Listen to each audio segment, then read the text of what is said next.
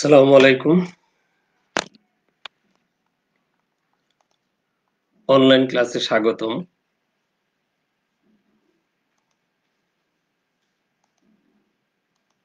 Diploma in engineering electronics টেকনোলজির চতুর্থ বর্ষের ছাত্রছাত্রীদের জন্য বিষয়ের নাম networks, filters and transmission lines.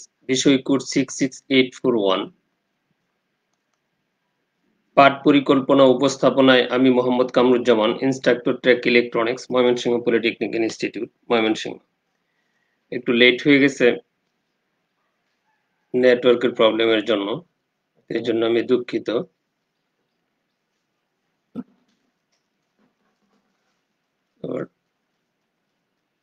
আজকে আমাদের হবে যে অধ্যায় 12, ওয়েভ প্রপাগেশনে ভূপৃষ্ঠের বক্রতা ও আয়নোস্ফিয়ারের প্রভাব।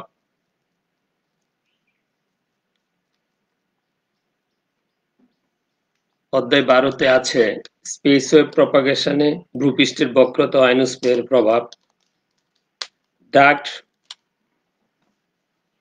মাল্টিহুপ এবং ট্রোপোস্ক্যাটার প্রপাগেশনের ব্যাখ্যা। 12.3 আছে আয়নোস্ফিয়ার, 12.4 আছে আয়নোস্ফিয়ারের স্তর, 12.5 আছে আয়নোস্ফিয়ারের বিভিন্ন স্তরের ধর্ম, 12.6 আছে আয়নোস্ফিয়ারের মধ্য দিয়ে প্রতিফলন ও প্রতিসরণ, 12.7 আছে আয়নোস্ফিয়ারে পরিবর্তন এবং ভূচুম্বকীয় প্রভাব বর্ণনা, 12.8 আছে স্কিপ দূরত্ব, স্কিপ এলাকা এবং সর্বোচ্চ ব্যবহৃত ফ্রিকোয়েন্সি, এবং 12.9 আছে স্কাইওয়েভ প্রপাগেশনে ফেডিং এবং নয়েজের ব্যাখ্যা। অধ্যায় 12 এই পুরোটা নিয়ে আমাদের সিলেবাস 9টা পয়েন্ট আছে। ডিপ্লোমা ইন ইঞ্জিনিয়ারিং ইলেকট্রনিক্স টেকনোলজির চতুর্থ পর্ব ছাত্রছাত্রীদের জন্য field wave networks and transmission lines এই সাবজেক্টের এইটাই শেষ অধ্যায়, সিলেবাসের এইটাই শেষ অধ্যায়। আজকে আমাদের ক্লাসের সর্বশেষ অধ্যায় আমরা আলোচনা করতেছি। এখন আমরা আলোচনা করব অধ্যায় 12 প্রথম পয়েন্ট, স্পেস ওয়েভ প্রপাগেশনে ভূপৃষ্ঠের বক্রতা ও আয়নোস্ফিয়ারের প্রভাব।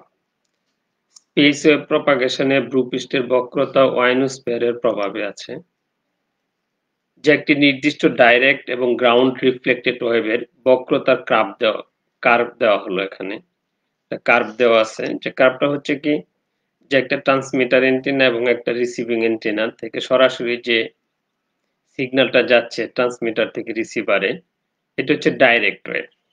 আর এই ট্রান্সমিটার থেকে যে সিগন্যালগুলো চতুর্দিকে ছড়িয়ে পড়ছে, এটাতে কি হচ্ছে, আর্থ ভূমির সাথে সিগন্যাল এসে আবার এটা রিফ্লেক্ট হয়ে আবার রিসিভারে যাচ্ছে। এইভাবে এখানে দেখা যাচ্ছে যে দুই ধরনের ওয়েভ রিসিভারে যাচ্ছে। একটা ট্রান্সমিটার টু রিসিভার ডাইরেক্ট যাচ্ছে, আরেকটা হচ্ছে ট্রান্সমিটার থেকে ভূমিতে, ভূমি থেকে রিফ্লেক্ট হয়ে রিসিভারে যাচ্ছে। রিসিভারে যাওয়ার ফলে দেখা গেছে এখানে দুইটা সিগন্যাল রিসিভারে যে একত্রিত হচ্ছে, একই সিগন্যাল মানে দুইবারে কোথাও যাচ্ছে। উপরের দুইটি এন্টেনা, একটি ট্রান্সমিটিং অপরটি রিসিভিং এন্টেনা, একটি নির্দিষ্ট দূরত্বে বিবেচনা করে পৃথিবীর পৃষ্ঠকে বিবেচনা করা হয়। এখানে কি একটা নির্দিষ্ট দূরত্বে বিবেচনা করে পৃথিবীর পৃষ্ঠটাকে বিবেচনা করা হচ্ছে। এই বলছে যে রিসিভিং এন্টেনার ফিল্ড স্ট্রেংথ হবে ডাইরেক্ট এবং রিফ্লেক্টেড ওয়েভের ভেক্টরের যোগের সমান। অর্থাৎ আমরা যে রিসিভিং এন্টেনাতে যে সিগন্যালটা পাচ্ছি, সেই সিগন্যালটার ফিল্ড স্ট্রেংথ হচ্ছে ডাইরেক্ট, যে ডাইরেক্ট সিগন্যালটা যাচ্ছে ট্রান্সমিটিং এন্টেনা থেকে রিসিভিং এন্টেনাতে, এবং রিফ্লেক্টেড ওয়েভ অর্থাৎ ভূমি থেকে যেটা রিফ্লেক্ট হয়ে যে সিগন্যালটা রিসিভিং এ যাচ্ছে। নিচে কয়েকটি প্রভাব বর্ণনা করো, এর লুপ দ্বীপ ওয়েভের ভেক্টর যুগের সমান। অর্থাৎ নিচে কয়েকটি প্রভাব বর্ণনা করা হলো। যে ক নম্বর আছে যে পৃথিবীর বক্রতার প্রভাব, একটি হচ্ছে ফ্ল্যাট আর্থ ফিল্ড স্ট্রেংথ কার্ভ, এর সর্বোচ্চ ও সর্বনিম্ন শক্তির সংখ্যা এবং লোকেশন পরিবর্তন হয়। ক নম্বরে কি আছে যে পৃথিবীর বক্রতার প্রভাব প্রভাব, একটি হচ্ছে ফ্ল্যাট আর্থ ফিল্ড স্ট্রেংথ কার্ভ, এর সর্বোচ্চ ও সর্বনিম্ন শক্তির সংখ্যা এবং লোকেশন পরিবর্তন হয়, অর্থাৎ পৃথিবীর যেহেতু মুভেবল এই জন্য এটা কি পরিবর্তন হয়, লোকেশনও পরিবর্তন হচ্ছে। পৃথিবীর বক্রতার দ্বিতীয় প্রভাব হচ্ছে, এটা হচ্ছে প্রথম প্রভাব, আর এটা হচ্ছে পৃথিবীর বক্রতার দ্বিতীয় প্রভাব হচ্ছে ডাইরেক্ট ওয়েভের তুলনায় রিফ্লেক্টেড ওয়েভ তির্যকপূর্ণ হয়। অর্থাৎ আমরা চিত্রের মধ্যে যেটা দেখছি যে ট্রান্সমিটিং অ্যান্টেনা থেকে রিসিভিং অ্যান্টেনাতে ডাইরেক্ট যে সিগন্যালটা যাচ্ছে আর ভূমি থেকে যে সিগন্যালটা যাচ্ছে এটা বাঁকা তির্যক, যে কারণে রিসিভিং অ্যান্টেনাতে রিফ্লেক্টেড ওয়েভটি দুর্বল হয়। রিফ্লেক্টেড ওয়েভটি কি হয়? দুর্বল হয়। দুর্বল কেন হয়? যে একটা হচ্ছে তির্যক আর একটা হচ্ছে ডাইরেক্ট, এই জন্য যেটা এটা লব্ধি হয়, এটা দুর্বল, সিগন্যালটা দুর্বল হয়। মানে সরাসরি পুরো সিগন্যালটা যদি ডাইরেক্ট যেত তাহলে যেটুকু শক্তিশালী হইতো, এখন একটা যেহেতু কিছু অংশ ডাইরেক্ট যাচ্ছে আর কিছু অংশ কি রিফ্লেক্টেড হয়ে যাচ্ছে, এই জন্য পুরো সিগন্যালটা একটু দুর্বল হয়। 3 নম্বর হচ্ছে পৃথিবীর বক্রতার তৃতীয় প্রভাব হচ্ছে যদি গ্রাহক বা প্রেরক এন্টিনাকে সামান্যতম ছোট করা হলে প্রেরণ এন্টিনা থেকে ওয়েভ রিসিভিং এন্টিনাতে পৌঁছানোর পূর্বে ভূমি বাধাগ্রস্ত হয় এবং স্পেস ওয়েভের যোগাযোগ সম্ভব হবে না। আবার এন্টিনা দুইকে বৃদ্ধি করা হলে যোগাযোগের দূরত্ব বৃদ্ধি করা সম্ভব। অর্থাৎ বলতেছে যে ট্রান্সমিটিং এন্টিনা এবং রিসিভিং এন্টিনা এটার যে বক্রতা আছে এটা যদি একটু খাটো হয় তাহলে ভূমির মধ্যে ডাইরেক্টটাও কি আগেই ভূমির মধ্যে বাধাগ্রস্ত হয়ে যায়। এই জন্য এন্টিনা যত খাটো হলে এটা বেশি বাধাগ্রস্ত হয়, এন্টিনা যদি লম্বা হয় তাহলে কি এন্টিনা দুইকে বৃদ্ধি করা হলে যোগাযোগের দূরত্ব বৃদ্ধি করা সম্ভব। যত দূরত্ব বৃদ্ধি হবে এন্টিনা তত লম্বা দিতে হবে, যদি এন্টিনা খাটো হয় তাহলে এটা কি ভূমিতে বাধাগ্রস্ত হবে। এই তিনটা প্রবলেম তো ওনারা আইডেন্টিফাই করেছে, আমরা নিশ্চয়ই বুঝতে পেরেছি এই তিনটা প্রবলেম কি কি। তারপর আয়নোস্ফিয়ার, বায়ুমণ্ডলের যে কয়টি স্তর আছে তার ভিতর সবচেয়ে উপরের স্তরকে আয়নোস্ফিয়ার বলা হয়। আমরা গত ক্লাসে এটা পড়েছি, যেটি ভূপৃষ্ঠের প্রায় 50 কিলোমিটারের উপর থেকে 400 কিলোমিটার পর্যন্ত বিস্তৃত। এটি প্রায় 350 কিলোমিটার পুরু।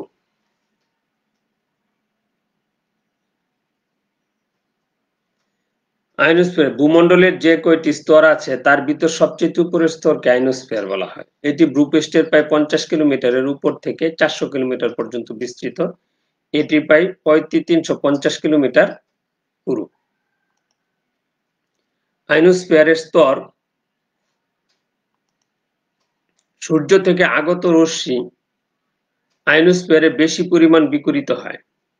বলছে সূর্য থেকে আগত রশ্মি আয়নোস্ফিয়ারে বেশি পরিমাণ বিকিরিত হয়। হ্যাঁ, এটা শুধু পরিবেশকে গরম করে না, এটি কিছু আয়নও তৈরি করে, মৃদু ইলেকট্রন এবং পজিটিভ ও নেগেটিভ আয়ন।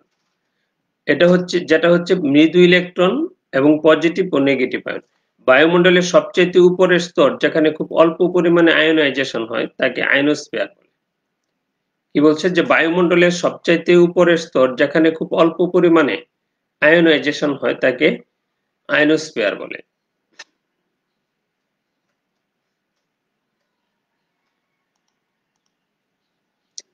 বায়ুমণ্ডলের তাপমাত্রা, যৌগ, ঘনত্ব ইত্যাদি বাহ্যিক ধর্ম পরিবর্তনের ফলে আয়নোস্ফিয়ারে বিভিন্ন স্তরে বিভক্ত হয়ে পড়ে। বায়ুমণ্ডলের তাপমাত্রা, যৌগ, ঘনত্ব ইত্যাদি বাহ্যিক ধর্ম পরিবর্তনের ফলে আয়নোস্ফিয়ারে বিভিন্ন স্তরে বিভক্ত হয়ে পড়ে, যেমন আলফা, বিটা, গামা এবং আল্ট্রাভায়োলেট রশ্মির বিকিরণের ফলে আয়নাইজেশন সংঘটিত হয়। আয়নোস্ফিয়ার স্তরকে প্রধানত 3টি স্তরে বিভক্ত করা যায়, যথা 1 নম্বর হচ্ছে ডি স্তর, 2 নম্বর ই স্তর, 3 নম্বর এফ স্তর।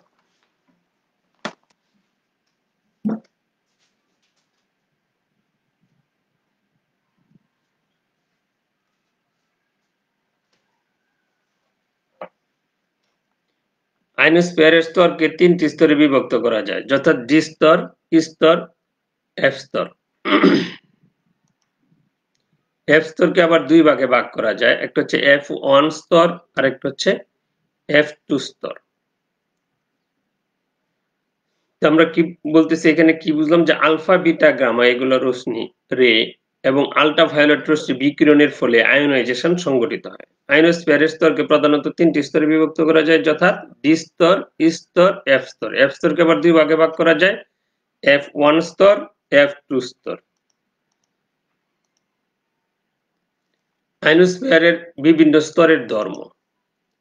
যেমন আয়নোস্ফিয়ারের স্তরের আচরণ বা ধর্ম মূলত তাদের ভার্চুয়াল হাইস্টেস এবং ক্রিটিক্যাল ফ্রিকোয়েন্সির সাথে বর্ণনা করা যায়, কারণ এগুলো সরাসরি পরিমাপ করা যায়। ভার্চুয়াল হাইস্ট অর্থাৎ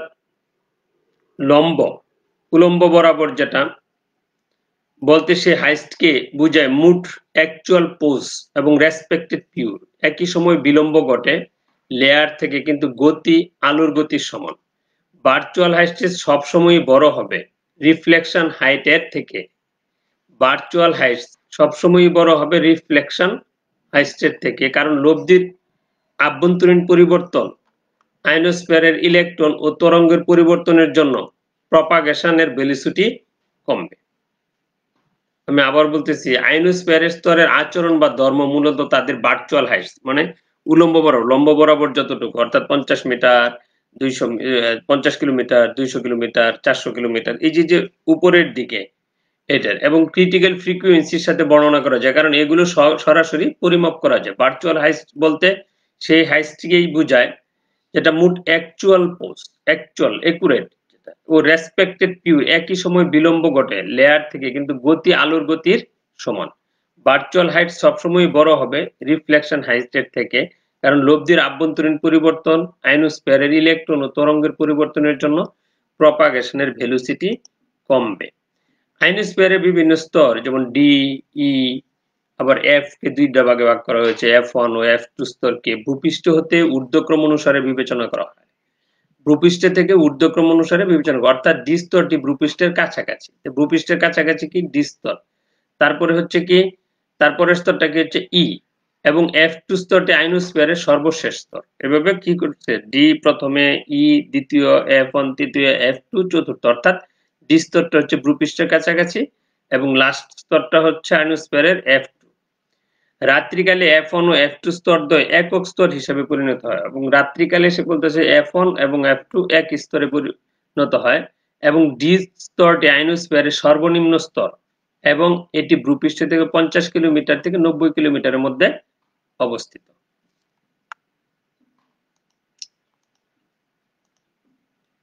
আয়নোস্ফিয়ারের মধ্যে দিয়ে প্রতিফলন ও প্রতিসরণ। আয়নোস্ফিয়ারের বিভিন্ন স্তরের মধ্যে ডাইইলেকট্রিক কনস্ট্যান্ট এর পার্থক্য, যেহেতু মাধ্যমটি প্রতিসরাঙ্ক গুণাঙ্ক বিশিষ্ট হয়, অর্থাৎ ওয়েভ যখন এক মাধ্যম থেকে অন্য মাধ্যমে গমনের সময় ওয়েভ বেঁকে যায়। আয়নোস্ফিয়ারের মধ্য দিয়ে প্রতিফলন ও প্রতিসরণ, অর্থাৎ আমরা যেটা জানি যে ওয়েভ কি করে, এক মাধ্যম থেকে যখন অন্য মাধ্যমে যায় তখন ওয়েভটা কি বেঁকে যায়। আয়নোস্ফিয়ারের মধ্য দিয়ে ওয়েভ গমনের এই বক্রতা আয়নাইজের মাধ্যমে প্রতিসরাঙ্কের মাধ্যমে নিম্নরূপে প্রকাশ করা যায়। যেমন n সমান সমান root K equal √1 minus 81n by F square. এটা একটা সমীকরণ। এখানে n প্রতিসরাঙ্ক, k সমতুল্য ডাইইলেকট্রিক কনস্ট্যান্ট, n প্রতি সিসিতে ইলেকট্রনের সংখ্যা, f হচ্ছে কিলোহার্টজ এককে ফ্রিকোয়েন্সি, f মানে ফ্রিকোয়েন্সি, কিলোহার্টজ এককে ফ্রিকোয়েন্সি। আমরা বলতেছি আয়নোস্ফিয়ারের মধ্যে দিয়ে প্রতিফলন ও প্রতিসরণ। প্রতিফলন প্রতিসরণের কারণটা কি, যে আয়নোস্ফিয়ারের বিভিন্ন স্তরের মধ্যে ডাইইলেকট্রিক কনস্ট্যান্টের পার্থক্য। যেহেতু মাধ্যমটিকে প্রতিসরাঙ্ক গুণাঙ্ক বিশিষ্ট হয়, অর্থাৎ ওয়েভ যখন এক মাধ্যম থেকে অন্য মাধ্যমে গমন করে তখন ওই গমনের সময় ওয়েভ কি করে বেঁকে যায়। আয়নোস্ফিয়ারের মধ্য দিয়ে ওয়েভ গমনের এই বক্রতা আয়োনাইজড মাধ্যমে প্রতিসরাঙ্কের মাধ্যমে নিম্নরূপে প্রকাশ করা যায়। সেটা কি হচ্ছে, যে n ইকুয়াল √k, অথবা k ইকুয়াল হচ্ছে √1 minus 81n by F square. এখানে n প্রতিসরাঙ্ক, k সমতুল্য ডাইইলেকট্রিক কনস্ট্যান্ট, n সমান সমান প্রতি সিসিতে ইলেকট্রনের সংখ্যা, f হচ্ছে ফ্রিকোয়েন্সি, কিলোহার্টজ এর একক হচ্ছে কিলোহার্টজ।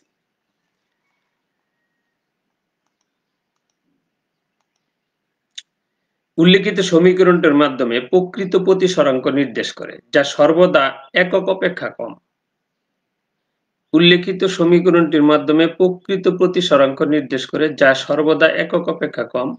এছাড়াও এটা নির্দেশ করে যে একক অপেক্ষা প্রতিসরাঙ্কের বিচ্যুতি বৃদ্ধি পাবে যদি ফ্রিকোয়েন্সি হ্রাস পায় এবং ইলেকট্রনের ঘনত্ব বৃদ্ধি পায়।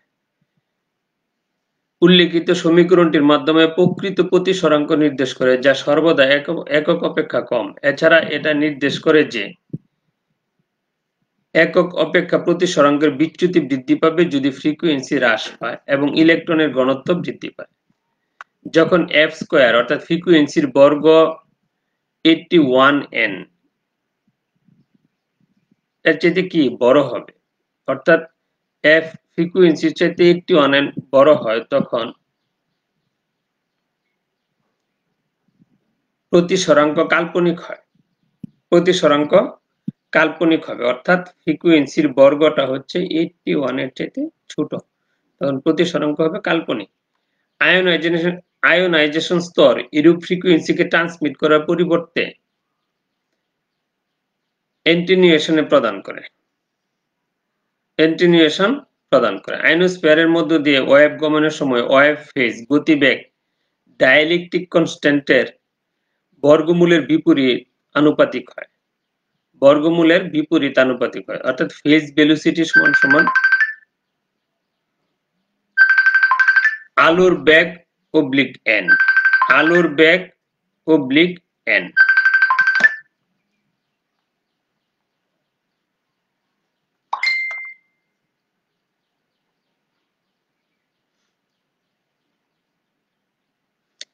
তাহলে এই যে আমরা এখান থেকে পড়ে আসলাম, আয়নোস্ফিয়ারের মধ্যে দিয়ে প্রতিফলন ও প্রতিসরণ, এই প্রতিফলন প্রতিসরণের ব্যাখ্যাটা এখান থেকে এবং এই পর্যন্ত হবে।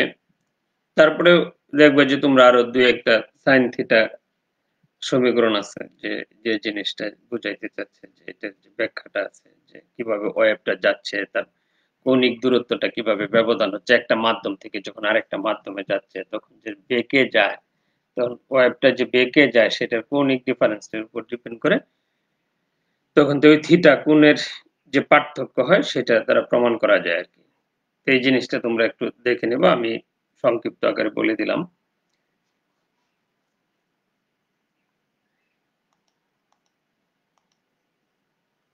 যেমন এই ionosphere, initial wave, reflected wave, এনে যাচ্ছে, সে রিফ্লেক্ট হয়ে যে ওয়েভটা আসতেছে।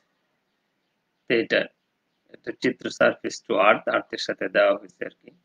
যেরকম চিত্র, যেমন আয়নোস্ফিয়ার, আমি এই লেয়ার গুলো আছে যে এই স্তর থেকে এই স্তরে যাওয়ার ক্ষেত্রে সিগন্যালটা যে বেঁকে যায়, তখন ওখানে কৌণিক ব্যবধান হয়, কোনটা ছোট বড় হয়ে যায়। তারপর আয়নোস্ফিয়ারিক পরিবর্তন এবং ভূচুম্বকীয় প্রভাব বর্ণনা। আয়নোস্ফিয়ারের পরিবর্তন প্রধানত সূর্যের বিকিরণের ফলে হয়ে থাকে। আয়নোস্ফিয়ারের পরিবর্তন প্রধানত সূর্যের বিকিরণের ফলে হয়ে থাকে। সূর্য হতে বিকিরণ পরিবর্তিত হয়, ফলে আয়নোস্ফেরিক অবস্থারও পরিবর্তন হয়। আয়নোস্ফিয়ারের পরিবর্তন প্রধানত সূর্যের বিকিরণের ফলে হয়ে থাকে। সূর্য হতে বিকিরণ পরিবর্তিত হয়, ফলে আয়নোস্ফেরিক অবস্থারও পরিবর্তন হয়। সূর্যের দ্বারা আয়নোস্ফিয়ারে সর্বাধিক যে বিশৃঙ্খলা হয় তাকে তাৎক্ষণিক আয়নোস্ফেরিক বিশৃঙ্খলা এবং আয়নোস্ফেরিক জ্বর নামে অভিহিত করা হয়। এটি সৌর কম্পমান প্রজ্বলন দ্বারা সৃষ্টি হয়, যা সূর্য হতে অসংখ্য হাইড্রোজেন নির্গত হয়। আর ভূচুম্বকীয় ক্ষেত্রের প্রভাব, বায়ুমণ্ডলের রেডিও ওয়েভের ইলেকট্রন এর প্রভাবিত হয়ে পরিবর্তন ভূচুম্বকীয় ক্ষেত্রের উপস্থিতিতে চলন্ত ইলেকট্রনের উপর বিশেষ বল প্রয়োগ করে। প্রত্যেকটি ইলেকট্রনের উপর প্রযুক্ত বলের মান চলন্ত ইলেকট্রনের আপেক্ষিক গতিবেগ এবং ইলেকট্রনের উপর লম্বভাবে প্রযুক্ত ভূচুম্বকীয় ক্ষেত্রের উপাদানের গুণফলের সমানুপাতিক হয়। রেডিও ফ্রিকোয়েন্সিতে ইলেকট্রনের দিক, ইলেকট্রনের গতির দিক এবং ভূচুম্বকীয় ক্ষেত্রের দিক পরস্পরের সাথে লম্বভাবে অবস্থান করে। রেডিও ওয়েভের বৈদ্যুতিক ফিল্ডের উপর ভূচুম্বকীয় ক্ষেত্রের উপাদান লম্বভাবে অবস্থানের ফলে ইলেকট্রন সমূহ উপবৃত্তাকারে ঘুরতে থাকে। আমি আবার পড়তেছি যে আইনোস্ফিয়ারিক পরিবর্তন। আইনোস্ফিয়ারের পরিবর্তন প্রধানত সূর্যের বিকিরণের ফলে হয়ে থাকে। সূর্য হতে বিকিরণ পরিবর্তিত হয়, ফলে আইনোস্ফিয়ারিক অবস্থারও পরিবর্তন হয়। সূর্যের দ্বারা আইনোস্ফিয়ারের সর্বাধিক যে বিশৃঙ্খলা হয় তাকে তাৎক্ষণিক আইনোস্ফিয়ারিক বিশৃঙ্খলা এবং আইনোস্ফিয়ারিক জ্বর নামে অভিহিত করা হয়। এটি সৌর কম্পমান প্রজ্বলন দ্বারা সৃষ্টি হয়, যা সূর্য হতে অসংখ্য হাইড্রোজেন নির্গত হয়। আর ভূচুম্বকীয় ক্ষেত্রের প্রভাব, বায়ুমণ্ডলের রেডিও ওয়েভের ইলেকট্রন এর প্রভাবে প্রভাবিত হয়ে পরিবর্তন ও ভূচুম্বকীয় ক্ষেত্রের উপস্থিতি চলন্ত ইলেকট্রনের উপর বিশেষ বল প্রয়োগ করে। প্রত্যেকটি ইলেকট্রনের উপর প্রযুক্ত বলের মান চলন্ত ইলেকট্রনের আপেক্ষিক গতিবেগ এবং ইলেকট্রনের উপর লম্বভাবে প্রযুক্ত ভূচুম্বকীয় ক্ষেত্রের উপাদানের গুণফলের সমানুপাতিক হয়। রেডিও ফ্রিকোয়েন্সিতে ইলেকট্রনের দিক, ইলেকট্রনের গতির দিক এবং ভূচুম্বকীয় ক্ষেত্রের দিক পরস্পরের সাথে লম্বভাবে অবস্থান করে।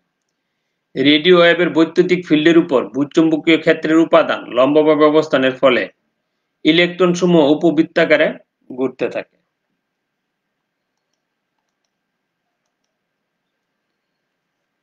তারপরে 12.8 স্কিপ দূরত্ব, স্কিপ এলাকা এবং সর্বোচ্চ ব্যবহৃত ফ্রিকোয়েন্সি। স্কিপ দূরত্ব, যখন তরঙ্গের ফ্রিকোয়েন্সি ক্রিটিক্যাল থেকে আগমন করে তখন আয়নোস্ফিয়ারের প্রভাব আয়নোস্ফিয়ারের আপতন কোণের উপর নির্ভর করে। যখন আপতন কোণের মান বড় হয় তখন প্রতিসরাঙ্ক ইটা 1 এর চেয়ে ছোট হয়। তরঙ্গ তখন ভূপৃষ্ঠের দিকে এসে আয়োনাইট হয় বলে সামান্য আয়নোস্ফেশন হওয়ার পর আপতন কোণের মান কমতে থাকলে প্রতিসরাঙ্ক অবশ্যই ছোট হবে। এটা সামান্য ছোট হবে। আয়নোস্ফিয়ারের আপতন কোণের মান কমতে থাকলে বিস্তৃত স্থান থেকে একটা রে সর্বনিম্ন একটা জায়গায় যাওয়ার পর ভূমিতে দিয়ে আসে। ওই রশ্মির বিক্ষিপ্ত স্থান থেকে আবার ভূপৃষ্ঠে পতিত স্থানের দূরত্বকে স্কিপ দূরত্ব বলে। অর্থাৎ যখনই একটা তরঙ্গ ফ্রিকোয়েন্সি ক্রিটিক্যাল আগমন আয়নোস্ফিয়ারের প্রভাবে আয়নোস্ফিয়ার আপতন কোণের উপর নির্ভর করে। এগুলো কম্পিউটারের মাধ্যমে একটা সফটওয়্যারের মিস্টেক যে এই ভূশূন্যের রাখলেও ও হয়ে যায়, এগুলো একটু বুঝতে হবে। নির্ভর করে যখন আপতন কোণের মান বড় হয় তখন প্রতিসরাঙ্ক ইটা 1 এর চেয়ে ছোট হয়। তরঙ্গ তখন ভূপৃষ্ঠের দিকে এসে আয়োনাইট হয় বলে সামান্য, এখানে জফলা। আয়নোস্ফেশন হওয়ার পর আপতন কোণের মান কমতে থাকলে প্রতিসরাঙ্ক অবশ্যই ছোট হবে। আয়নোস্ফিয়ারের আপতন কোণের মান কমতে থাকলে বিস্তৃত স্থান থেকে একটা রে সর্বনিম্ন একটা জায়গায় যাওয়ার পর ভূমিতে দিয়ে আসে। এই রশ্মি বিক্ষিপ্ত স্থান থেকে, যে স্থান থেকে বিক্ষিপ্ত হয়, থেকে আবার ভূপৃষ্ঠে পতিত স্থানের দূরত্বকে স্কিপ দূরত্ব বলে। স্কিপ এলাকা, স্কাইওয়েভ প্রেরক হতে নির্গত ওয়েভ প্রথমে ভূপৃষ্ঠের যে স্থানে এসে পৌঁছেছে ওই দূরত্বের মধ্যবর্তী এলাকাতে কোনো সিগন্যাল গৃহীত হয় না, ওই এলাকাকে স্কিপ এলাকা বলে। যদিও আমার এই মুহূর্তে শেষ হয়ে যাওয়ার কথা ছিল, যেহেতু আমি 5-6 মিনিট পরে শুরু করতে হয়েছে, এই জন্য আমাকে 5-6 মিনিট সময় নিয়ে নিতে হবে। এই জন্য আমি দুঃখিত। তোমরা একটু 5 মিনিট ধৈর্য ধরে ক্লাসটা শোনো, যে আমার শেষ হয়ে যায় 5 মিনিটের মধ্যে। সর্বোচ্চ ব্যবহৃত ফ্রিকোয়েন্সি, একটা নির্দিষ্ট বিন্দুতে স্কিপ দূরত্ব এর সমান দূরত্বে অতিক্রান্ত একটা সিগন্যাল যে ফ্রিকোয়েন্সি তৈরি করে তাকে সর্বোচ্চ ব্যবহৃত ফ্রিকোয়েন্সি বলে। সুতরাং ক্রিটিক্যাল ফ্রিকোয়েন্সিতে fc² = 81n এবং fc = √81n = 81√9√n। কোনো মাধ্যমে আপতন কোণের কোসাইন মানের সাপেক্ষে ক্রিটিক্যাল ফ্রিকোয়েন্সি সর্বোচ্চ ব্যবহৃত ফ্রিকোয়েন্সি বলে। কি বলছে? কোনো মাধ্যমে আপতন কোণের কোসাইন মানের সাপেক্ষে ক্রিটিক্যাল ফ্রিকোয়েন্সিকে সর্বোচ্চ ব্যবহৃত ফ্রিকোয়েন্সি বলে। অর্থাৎ maximum useful frequency critical frequency by cos theta, মানে থিটা 0, তাই fc sec থিটা 0।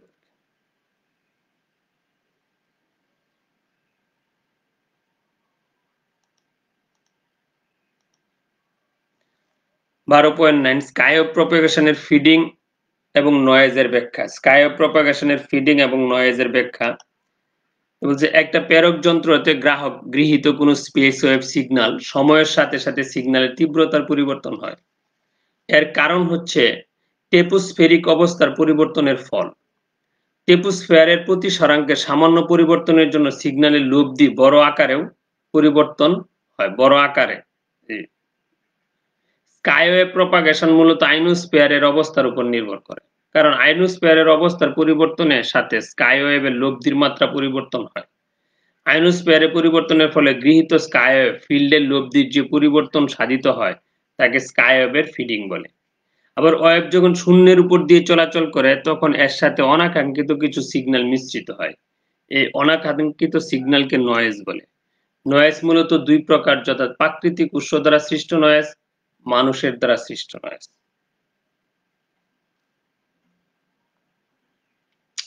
এই ছিল আজকের আমাদের সিলেবাস। এখানে একটা জিনিস পড়ানো হয় না, তোমাদের বাড়ির কাজের জন্য সাধারণত রেখে দেওয়া হয়, কিছু কিছু বাড়ির কাজ দেওয়া হয়। সেটা হচ্ছে যে আজকে বাড়ির কাজটা হচ্ছে 12.2 ডাক্ট মাল্টি হুক এবং স্টেপোস্ক্যাটার প্রপাগেশনের ব্যাখ্যা। আমরা আগে প্রপাগেশন পড়েছি অনেকবার, 4 নম্বর চ্যাপ্টার, পরবর্তীতে অনেকগুলো চ্যাপ্টারে প্রপাগেশন নিয়ে অনেক আলোচনা হয়েছে এবং ডাক্ট মাল্টি হুক একটু টুকটাক আলোচনা হয়েছে। এই জন্য তোমাদের এই বাড়ির কাজ দেওয়া হয়েছে, এটা যে বাড়ির কাজটা কমপ্লিট করে তোমরা তোমাদের এই সাবজেক্টের যে সংশ্লিষ্ট টিচার আছে, সরকারি বেসরকারি যত পলিটেকনিক আছে, নিশ্চয়ই এই সাবজেক্টটাকে কোনো শিক্ষক আমাদেরকে পড়াচ্ছে। যে শিক্ষক পড়াচ্ছে ওনার কাছে সেশনাল খাতার মধ্যে এই কাজটা কমপ্লিট করে তোমরা দিবে। এবং প্রত্যেকটা ক্লাসে আমরা এইভাবে করিয়েছি, প্রত্যেকটা অধ্যায় 1 থেকে 12 পর্যন্ত অধ্যায় অনেক বাড়ির কাজ দেওয়া হয়েছে। তুমি যদি বাড়ির কাজগুলো কমপ্লিট করো তাহলে দেখা যায় যে একটা সেশনাল খাতা কমপ্লিট হয়ে যাবে। এই খাতাটা তোমরা স্যারকে দেখাবে এবং স্যার এটার উপরে আমরা চাইবো যে ধারাবাহিক মূল্যায়ন করবে। যাই হোক, আজকে আমার এই বইয়ের শেষ অধ্যায় শেষ হলো। আজকে 1 থেকে 12 পর্যন্ত অধ্যায় আলোচনা হলো। আজকে 15তম ক্লাস ছিল। এই 15তম ক্লাসে 12টি অধ্যায় আলোচনা করা হয়েছে। হয়তো সামনে আরেকটা ক্লাস আমি নিব, অর্থাৎ পুরো 12টা অধ্যায় নিয়ে আলোচনা করব। সেক্ষেত্রে যদি এই অধ্যায় 12তে তোমাদের কোনো প্রশ্ন থাকে তাহলে প্রশ্নগুলো ইনবক্সে রেখে দিলে আমরা আগামী ক্লাসে আলোচনা করতে পারবো। এবং এই ক্লাসটা পুনরায় দেখার জন্য www.skill.gov.bd.com এ পাবে এই লিংকে। তাহলে ওইখানে এই ক্লাসগুলো রেকর্ডিং করা থাকে এবং প্রত্যেকটা ক্লাসই পাওয়া যাবে, 1 থেকে 15 পর্যন্ত ক্লাসই পাওয়া যাবে। তোমরা যদি যেখানেই সমস্যা হয় তোমরা যদি এই ক্লাসগুলো রিভিউ করো বা দেখো রেকর্ডিং থেকে, তাহলে তোমাদের জন্য সহজ হবে। আশা করি তোমাদের এই সাবজেক্টের জন্য খুবই সহজ হবে।